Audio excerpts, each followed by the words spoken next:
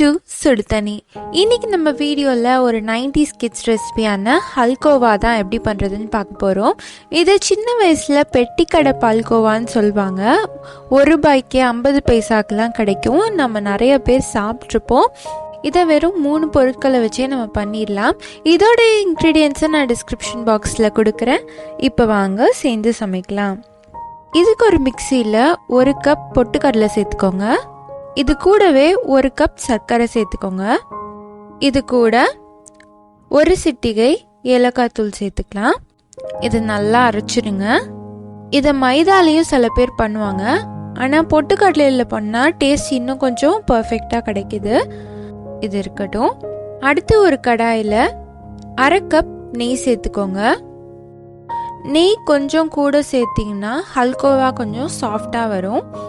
நெய் கம்மியாக இருந்துச்சுன்னா கொஞ்சம் ஹார்டாக இருக்கும், கொஞ்சம் உடச்சி சாப்பிட்ற மாதிரி இருக்கும். அது உங்களுக்கு எப்படி விருப்பமோ நீங்கள் அந்த மாதிரி செஞ்சுக்கலாம். இந்த நெய்யை நல்லா உருக்கிடுங்க. இது நல்லா சூடானதுக்கப்புறமா நம்ம அடுப்பை ஆஃப் பண்ணிடலாம். அடுப்பை ஆஃப் பண்ணிவிட்டு நம்ம அரைச்சி வச்சுருக்க பவுட்ரு அதில் சேர்த்துடலாம். சேர்த்துட்டு நல்லா மிக்ஸ் பண்ணிக்கோங்க. நெய் சூடாக இருக்கனால நல்லா இலகி வரும். ரொம்ப சின்ன குழந்தைங்களுக்கு கொடுக்குறீங்கன்னா இதை நீங்கள் சாஃப்டாக பண்ணிங்கன்னா அவங்களுக்கு சாப்பிட கொஞ்சம் ஈஸியாக இருக்கும். நான் இன்னைக்கு கொஞ்சம் சாஃப்டாக தான் பண்ண போகிறேன். இது நல்லா மிக்ஸ் பண்ணிக்கோங்க.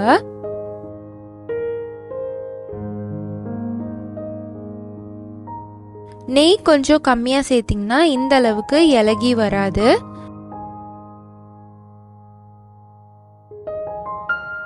இப்போ இதை நல்லா மிக்ஸ் பண்ணியாச்சு.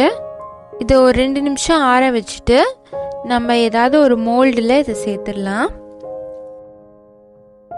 நான் இன்னைக்கு இந்த பேப்பர் மோல்டு யூஸ் பண்ணிக்கிறேன்.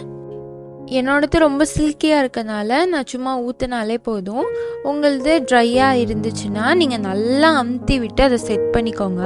இப்போ இதை நான் ஒரு 30 நிமிஷம் ஃப்ரிட்ஜில் வச்சுக்கிறேன். ஏன்னா அது ரொம்ப சாஃப்டாக இருக்கனால செட் ஆகுறதுக்கு ரொம்ப லேட் ஆகும். அதனால நான் வைக்கிறேன். உங்களுக்கு ட்ரையாக இருந்துச்சுன்னா நீங்கள் வெளியவே வச்சுக்கலாம். இப்போ 30 நிமிஷம் ஆயிருக்கு. நல்லா செட் ஆயிடுச்சு.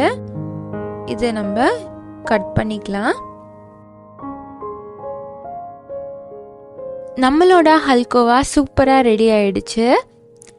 ரொம்ப சிம்பிளாக ரொம்ப குவிக்காக செய்யக்கூடிய ஒரு ரெசிபி. அந்த காலத்தில் நம்ம பெட்டிக்கடையில் சாப்பிட்ட நிறைய பொருட்களை இப்போ நம்ம மிஸ் பண்ணுவோம்.